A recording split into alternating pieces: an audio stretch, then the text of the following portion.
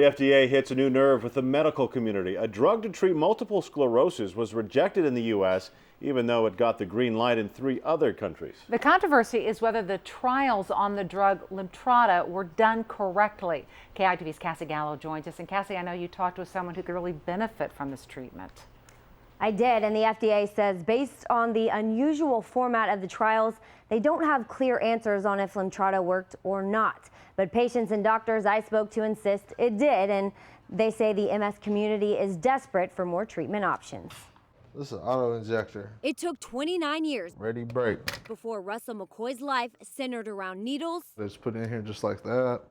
and medicine. Make sure that I have a cotton ball, as they always bleed. To control his multiple sclerosis, Russell gives himself shots 3 days a week. It's really thin, that's all I know. A 180-degree difference of life before his diagnosis. My left side of my body was starting to deplete. Russell faces daily debilitating symptoms. His muscles weakened, and he has bad bouts of vertigo. He even struggles with small things like playing the guitar. Something you've been playing your whole life, it's kind of hard to see it kind of wash away, you know? MS attacks the brain and spinal cord. It is an autoimmune disease, and the grim reality is there's no cure. You gotta sit there, you gotta act like everything's okay, you gotta smile, but really it's just a bunch of acting, you know.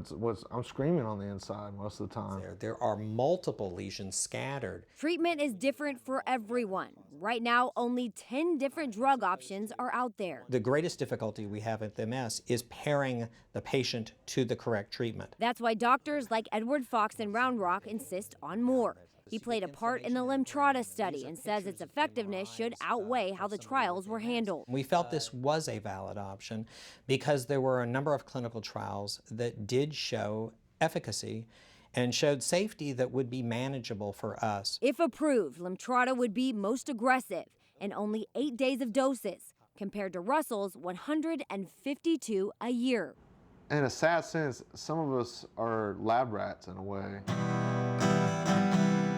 And until more medical advances, Russell's taking it one day, one shot, one verse at a time. I'm trying to learn to live with it, do the best I can with the stuff that I have. It's easy to just get discouraged and be like, I quit. If you want to voice your opinion about the FDA's decision, find my story on KITV.com under the Health tab and look for the Citizens Petition link.